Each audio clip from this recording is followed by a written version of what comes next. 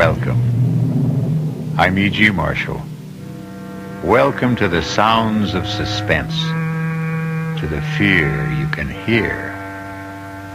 Relax and listen to the strange tale of a strange man, though no more strange than anyone who has suffered what you might call a mutilation of the soul. And who of us has not, at one time or another, suffered such a mutilation? What means did we use to restore ourselves? How quickly did we recover? How well did we heal? The answers vary even as we vary. One man's answers are revealed, we trust, in the story which follows.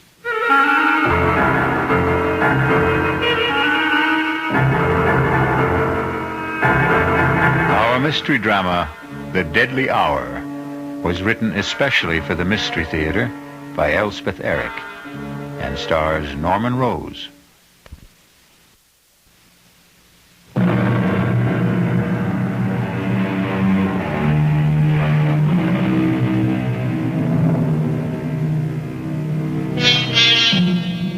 A person who seems strange, we call grotesque, incredible, not to be believed.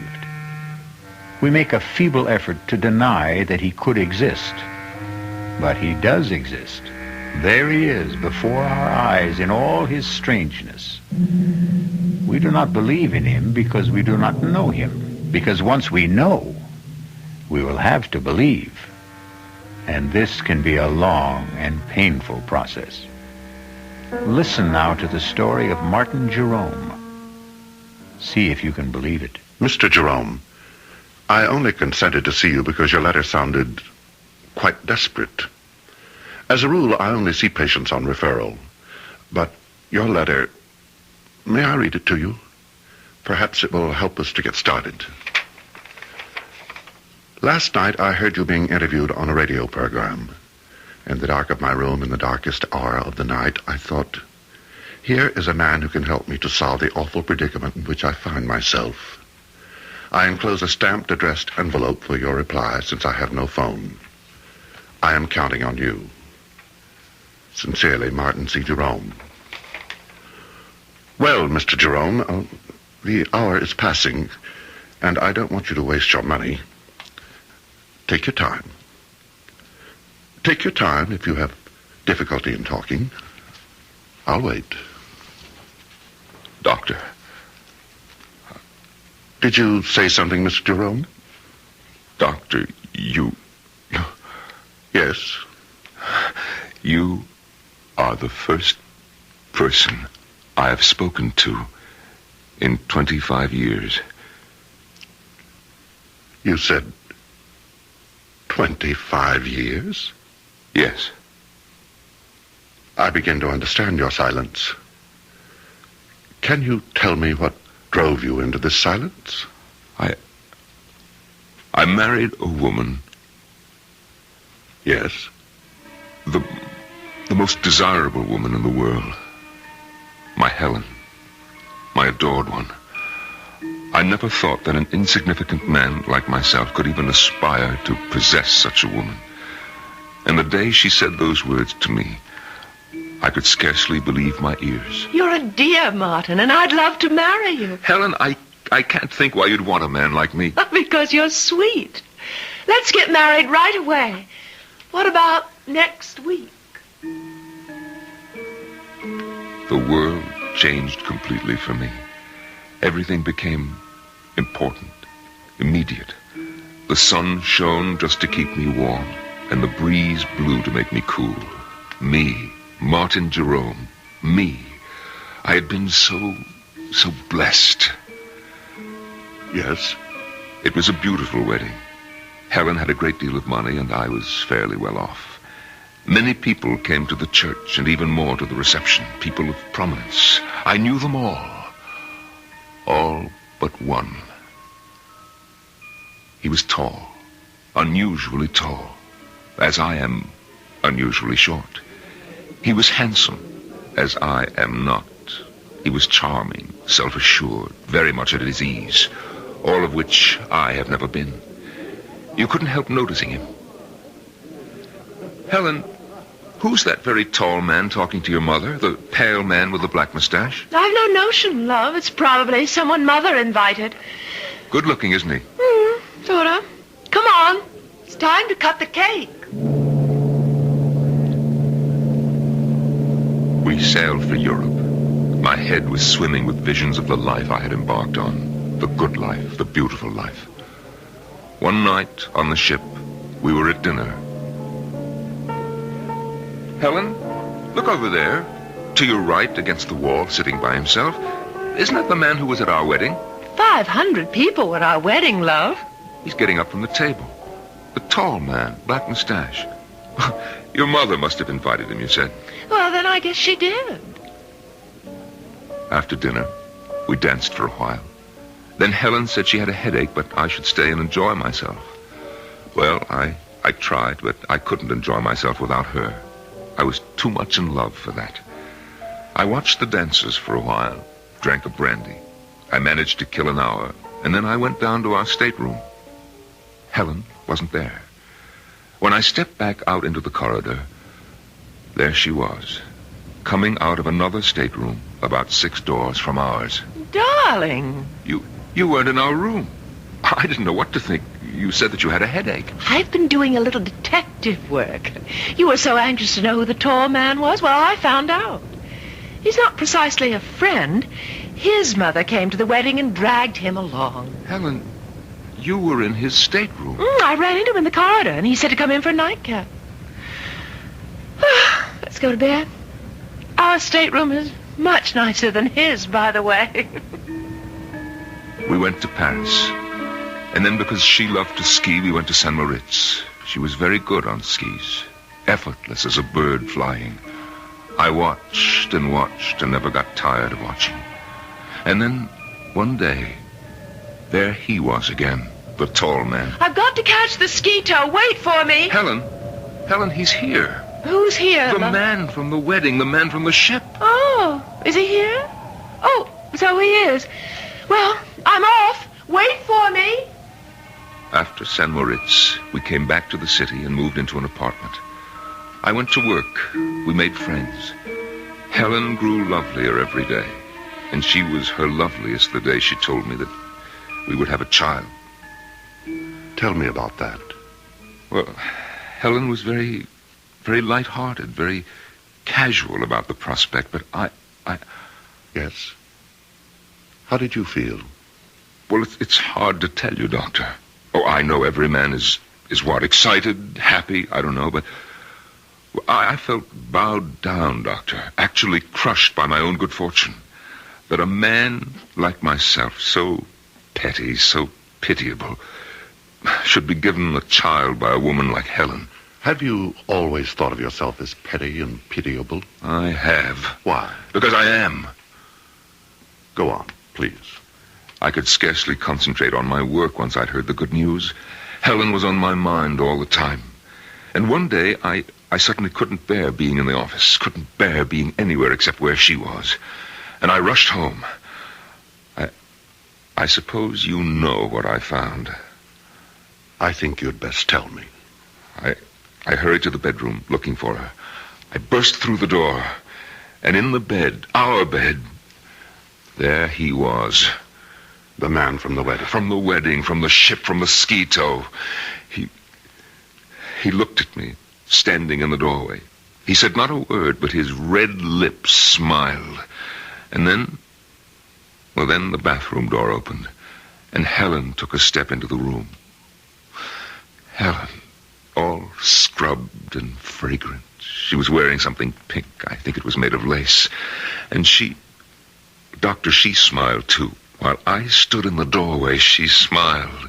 And then she said, "Well, love, now you know." And the world rocked, and I felt as though I had died, but I hadn't. I was still standing there. Doctor, I've never told what I just told you to anyone before. Not to anyone? No. It wasn't simply grief that I felt. It was my pride that had been destroyed. My marriage to Helen had built up a sort of pride. I thought, if she loves me, then I must be something. Oh, it is not a good thing, Doctor, to build your pride on what other people think of you. Or seem to think. No, it isn't. So I cleared out. That was 25 years ago. And I have not said a word to anyone until today. How have you lived? Well, I had a business, import and export. I kept the business, but I dismissed my staff. I had the phone removed and made arrangements to conduct my affairs by mail. I took a one-room flat with a little kitchen, a bed, a chest of drawers, an easy chair with an ottoman.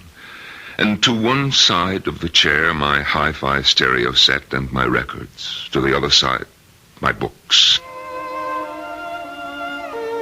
After my work, I'd sit in my easy chair with my feet on the ottoman, listen to my records and read. Only writers who are dead, however. I'd read till about 10 o'clock, eat a little something, and go to bed. The next morning, go to work all day, and do the same thing all over again. No relaxation of any kind? No enjoyment? Or vacation in the summer. I shut down the office for 2 weeks and take my vacation. Where do you go? I take a train, 2 trains, actually, and a bus, to a little town on the coast called Marsh Hills. You've probably never heard of it. I'm afraid I haven't. No one has. There's no reason why anyone should. And you spend your 2 weeks in Marsh Hills? Oh, no. No, I merely stable my horse there. You have a horse? About 15 miles from Marsh Hills, Doctor, close to the sea. There is a cave hollowed out of the rock by the waves. And when I get to Marsh Hills, I arrive every year on the same day. They have my horse ready for me, and I ride the 15 miles to the cave, and there I spend my vacation. In a cave? For 2 weeks? Well, I walk. I canter my horse on the beach. I gather what edible herbs there are growing in the rocks. I boil them. They're very tasty, really. And at the end of 2 weeks, I return my horse to the stable and take my bus and the 2 trains back to the city. And you've lived this way for 25 years? Oh, yes. But, Doctor, last summer something happened. I arrived in Marsh Hills as always. My horse was waiting for me, as always. And we started off at a walk for the cave by the sea. There is always a certain excitement when I begin to smell the sea. And I know that soon I shall be out of sight and sound of any human being. There will be only the sea, the sun, the wind, and my cave. It is the most thrilling moment of the year for me. I suppose it's the only one. Soon I will have my solitude. At last, I'm on the sand. My horse feels the excitement as I do. I feel him extend himself. And as we round the last bend in the shoreline, I see it. I see it, my cave, my refuge. But last summer... Yes? I pulled my horse up at the entrance to the cave. I sat listening to the rhythms of the ocean. And then, all at once, I heard a sound. A sound that I had never heard before in that deserted spot. And the sound, Doctor, was coming from inside my cave. Never had I felt such anger. I was faint with hatred. I dismounted and I crept to the side of the cave where I knew it sloped to the ground. Quietly climbed the roof. I found a tiny chink in the stone, no more than 1/8 of an inch wide. And I put my ear to it. Beneath me I heard laughter. Laughter and tender words and all the sticky, silly sounds that lovers make. Are you my girl? Oh, so much your girl. How much? This much. I can't hardly see how much is this much. It's too dark in this place. Then come here. Oh, darling, darling love. They were kissing. They were using my sacred sanctuary for lovemaking. I almost fell from the roof of the cave. I struggled to stay where I was, and my feet dislodged a shower of stones. What was that? Sounds like a rock slide. Yeah, some rocks in front of the entrance. Lots of them. Hey, maybe we better move them. Oh, we can still get out. Let's stay a little longer. I love this place. All right. I climbed down. My brain was on fire. My whole body was on fire. I had never felt such hatred as I felt then. Not since... Well, Doctor, you know when, I've told you. I took hold of a big boulder. Yes, these skinny arms went round it. This puny body pushed it. Pushed and shoved till it stood against the mouth of the cave. Was tight against the mouth of the cave. I heard the voices of the lovers, fainter now from inside. George, it's really dark. It's darker than before. Marion, there's no light at all. I had sealed them in.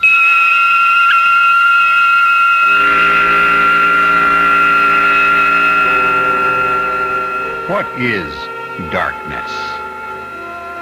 It is the state from which we emerge, and it is the condition to which we return. We come from the darkness of the womb. We leave for the darkness of the tomb. In between is light and life. I'll be back shortly with Act 2.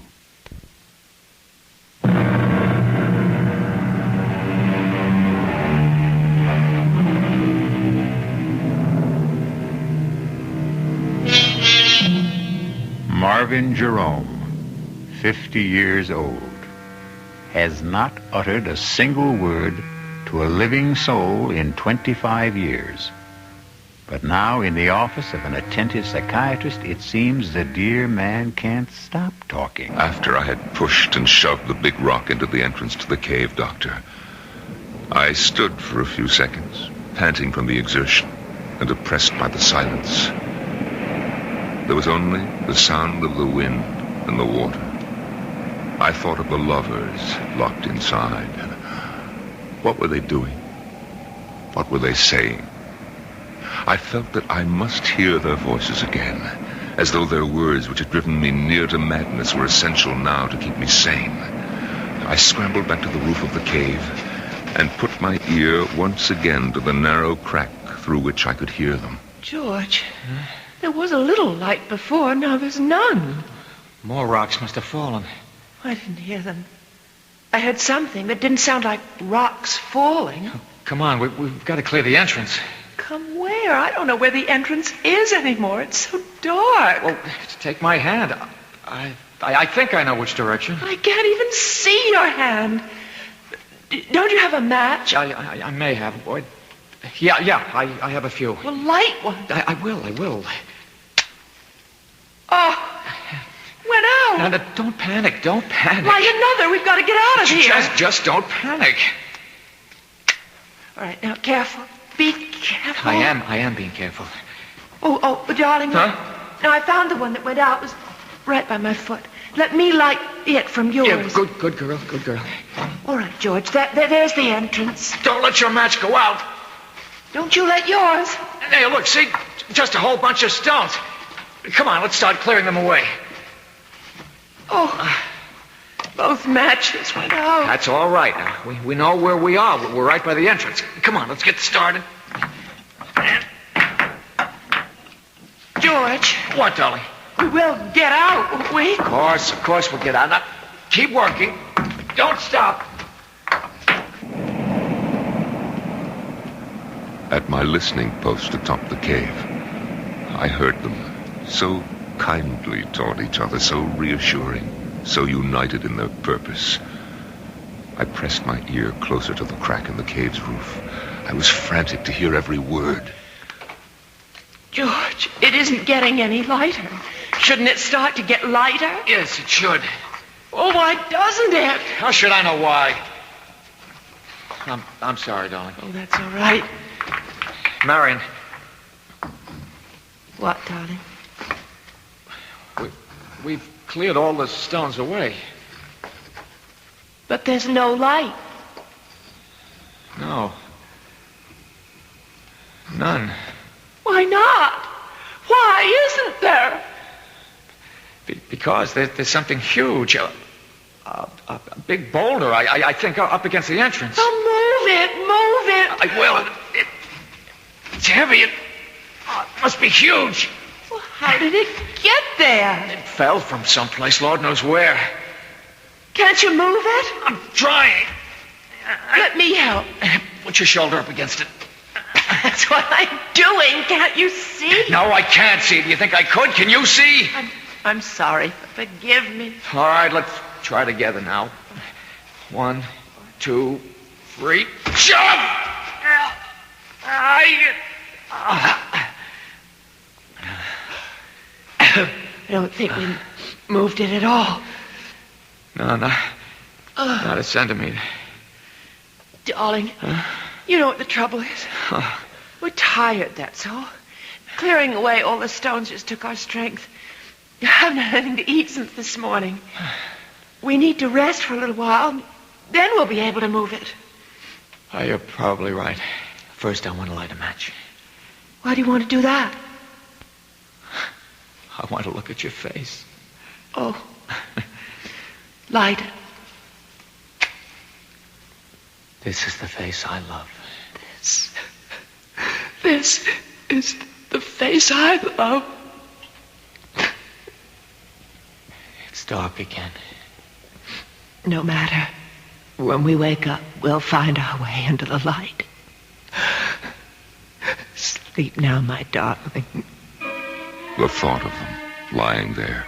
No, the vision of them, for I could see them. The image was so strong.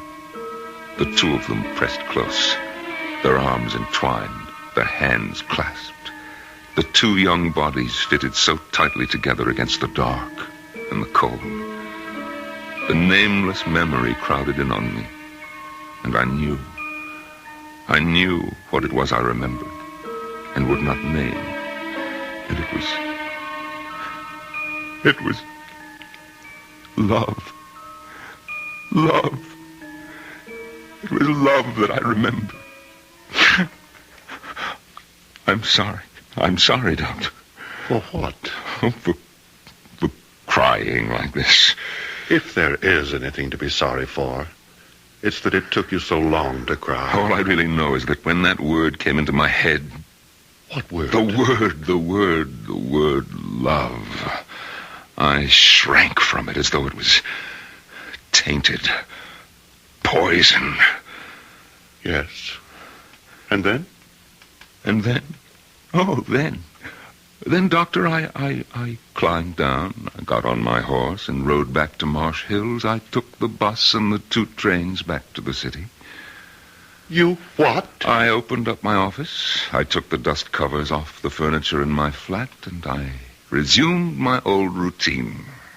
Didn't you ever think of them? I'd shut them out of my mind, just as I'd shut them in the cave. You didn't worry about them or anything? Well, they had each other. Mr. Jerome, I have to tell you, I can't help being shocked. Forgive me. Go on. Well, after a while, the old feeling of loneliness came back. You see, I missed them.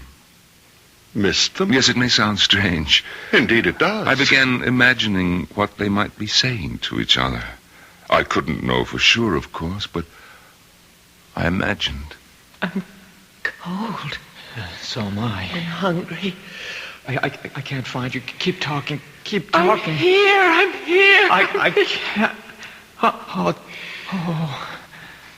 there you are.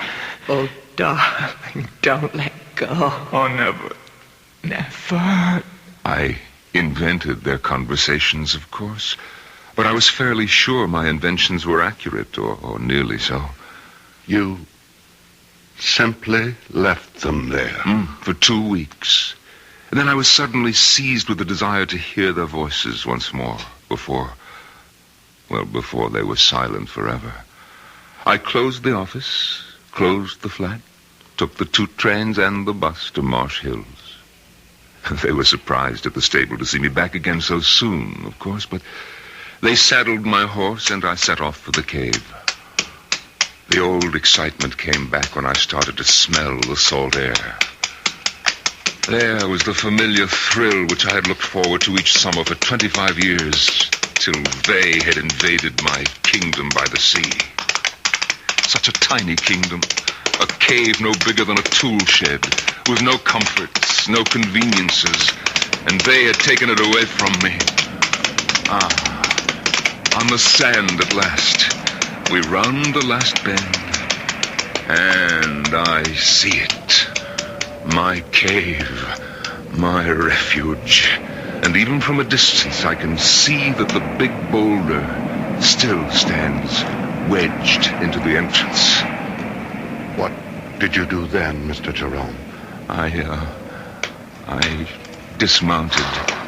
I climbed to the roof of the cave. After all, I had made the long and rather arduous trip to hear their voices once more, if I could. I crouched down. I put my ear to the narrow crack. And were they still alive? Oh, yes. Yes. Weak, of course, but alive. Oh, yes, they were still alive. Are you all right, George? Yes. Are you? I'm all right. If we only had something to eat. Anything. Don't think about it. You think there's any use trying to move that big rock again? No. I guess you're right. Well, we've got about a third of the energy we had to start with. We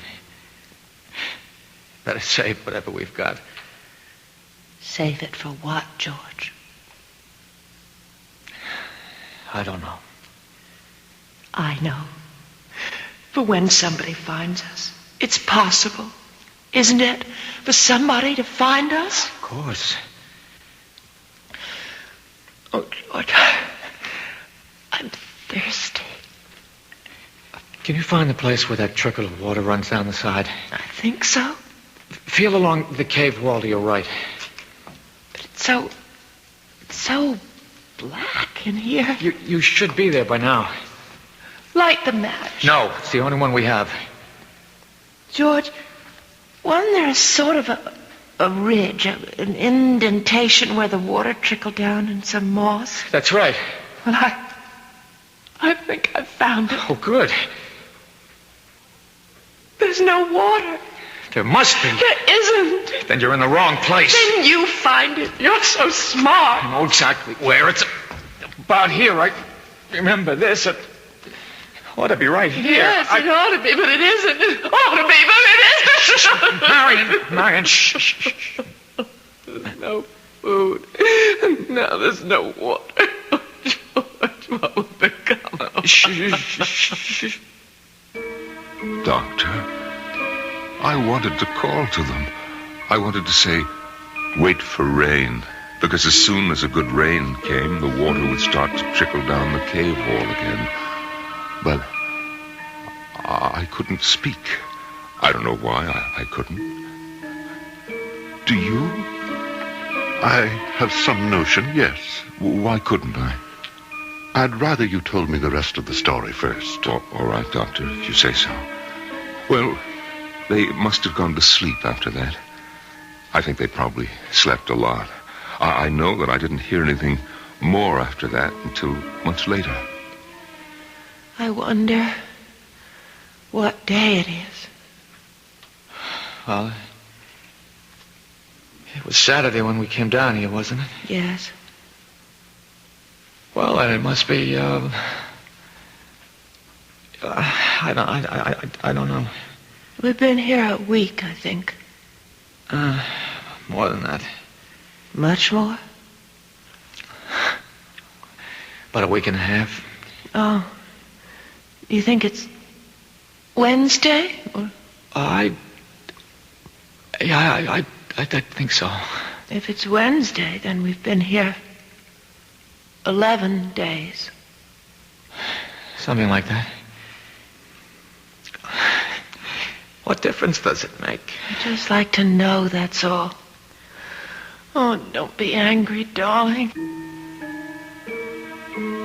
Doctor, I had the craziest impulse to whisper to them, "It's Tuesday." I almost laughed. Why do these ludicrous ideas come into our heads at the weirdest moments of our lives? Perhaps it wasn't as ludicrous as you thought. Of course it was. I was there to watch these people die. Listen to them die is more like it. And I still wanted to tell them what day of the week it was. If that's not ludicrous, I don't know what is. Tell me, what happened next? Well, I went to sleep on the roof of the cave. After the sun came up in the morning, I got a sandwich out of my saddlebag and a flask of brandy and sat on the sand for a while, watching the ocean. And then I went back to my listening post. George. Yes? I'm going to try walking around a little. Oh, Lord. This darkness is driving me mad. No, it's not. No, it's not. Let me have a match. No. Oh, give it to me. I won't.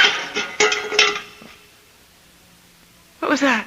I heard something. I stumbled over something. Well, look for it. Fish around. That's what I'm doing. Got it. Well, what is it? Feels like a little sort of a pan. Pan? Well, about 4 or 5 inches wide. What? Enamel, I think. Feels like enamel. It's a little pan to cook things in, the sort of thing campers might use. Wait. That means somebody's been here before. And that means whoever was here could come back. Or somebody else could. I mean, this cave is a place people come to. We're not the only ones. We're not the first. Other people have... They'd stumbled across the little enamel pan I had used to boil my herbs in. I couldn't bring myself to speak to them, but I took a packet of matches, the cardboard kind, and I wrote on it, "I am here." Just that. I am here. And I slipped it through the crack in the roof of the cave.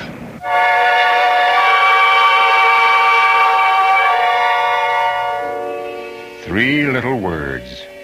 I am here. I suppose the most cherished trio of words in our language consists of I love you. But surely there are times of trouble when I am here is even more welcome. I'll be back shortly with Act 3.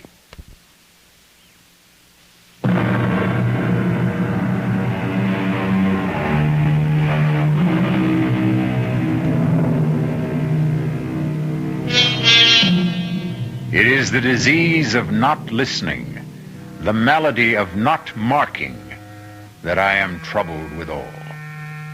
So said Henry IV, according to William Shakespeare. But the disease that troubles Martin Jerome is listening too closely, and his malady is marking too well. I pushed the packet of matches with its absurd message down through the crack in the cave with a little stick. I heard it drop. I knew it had reached them even before I heard Marion speak. George, something just dropped onto my shoulder. George, light the match. Marion, it's our last match. I don't care, light it. I have to know what fell on my shoulder. I don't like to use George, up our last... please, if you don't... All right. All right. Take it easy. Did you see anything? It hit my shoulder, and then it... Here it is. George! Well, it's matches. It's a whole fold of matches. You're kidding. I'm not. There's something written on it here, George. Wait a minute. It says, I am here. Who? Who's here? I don't know. Oh, my God, that's the end of the match. I held it till I burned my fingers. I'm sorry, I couldn't. It's all right. What? We have matches now. Can you see? It isn't signed at all. It just says, I am here. That's all. But who's here? Doesn't matter, does it? Somebody's here. That's what counts. Why doesn't he say something? Call out to us or something. Tell us that everything will be all right. Maybe he's gone for help. Oh, yes, that must be it. Yes, that is it. It's all right now. It's all right as long as somebody's here. I couldn't stand their joy over my simple-minded message. They seemed like silly children, as silly as I felt myself. For I hadn't the faintest notion what I was going to do once I had made this strange contact with them. I climbed down and sat on the beach staring at the water until I fell asleep. I must have slept the rest of that day and all night because it was the sun coming up behind the horizon that woke me. I went back to the cave, climbed to the roof, and put my ear to the crack. George, I can't stand it. Where is he? How should I know? Stop asking me. He wouldn't give us a message like that. He wouldn't write, "I'm here" on a package of matches and then just go away, would he? How do I know? You keep asking me as though I had an answer. Oh, I'm not hungry anymore. I haven't been hungry for a long time. I just feel terribly weak. Damn it, I know. Now, will you shut up? Just shut up! We'll die here, George. Be quiet. No water. No food. We'll die here. I said shut up. Whoever wrote that note must have been a madman. Whoever he was, wherever he was, he's gone away. Yes. And we'll die in this cave. I don't intend to die in this cave. Oh. And just what do you think you'll do about it? Something. Nothing you can do. I'm just not going to die. Yes. Not yet. Yes, you are. Make up your mind to it. What are you doing now? I'm going to light a match. Matches.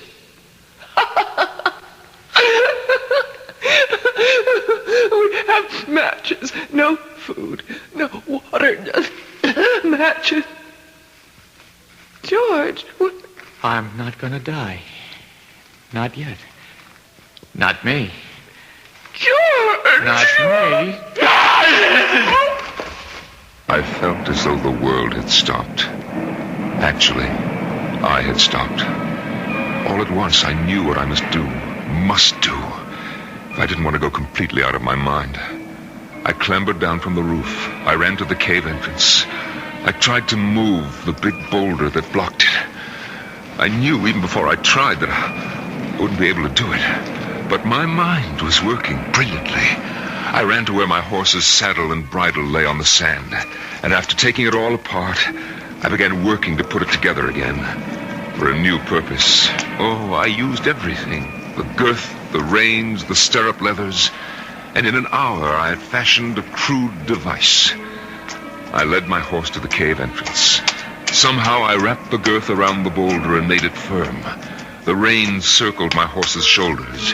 And then I stood back and gave him a sharp rap on the flank.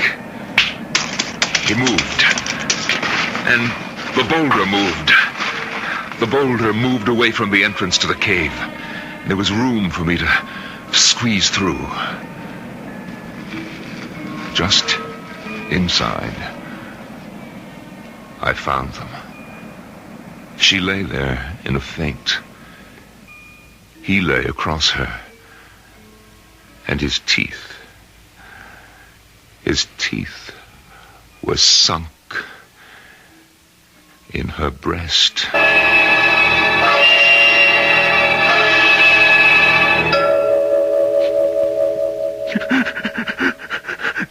Mr. Jerome, would you like to wait till another time to tell me the rest? No, I must tell it to you now.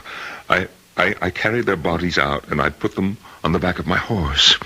I threw a halter over his head and led him the 15 miles to Marsh Hills. It took all day because I stopped every hour to be sure that they were both breathing.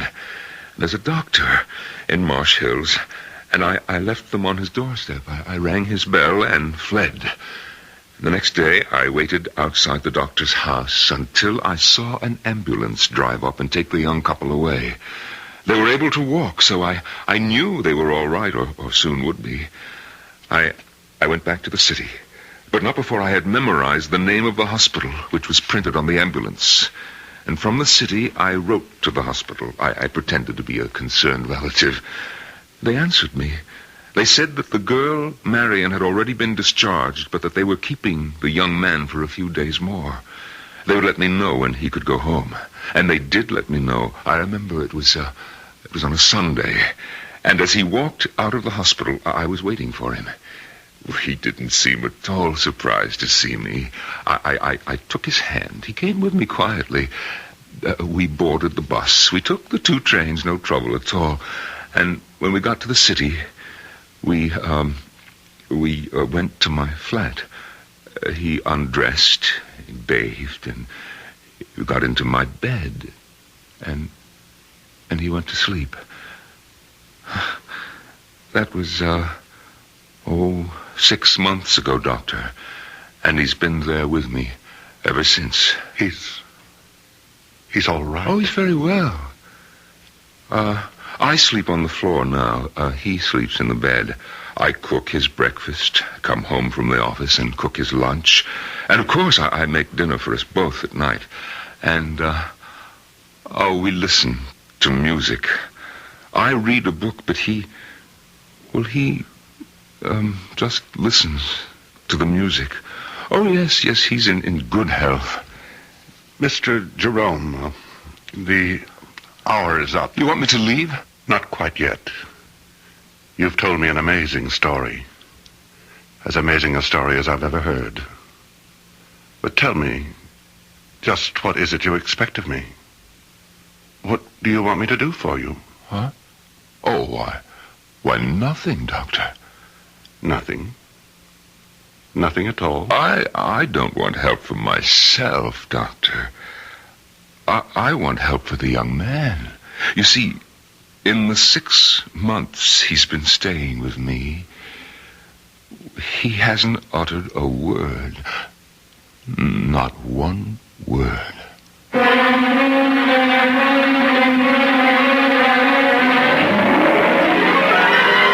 Go see the doctor, young man. Yes, George, he can help you to unburden yourself. He will make the words pour out in full confession, and you'll feel the better for it. Why, look what he has just done for Martin Jerome. As the deadly hour passed. I'll be back shortly.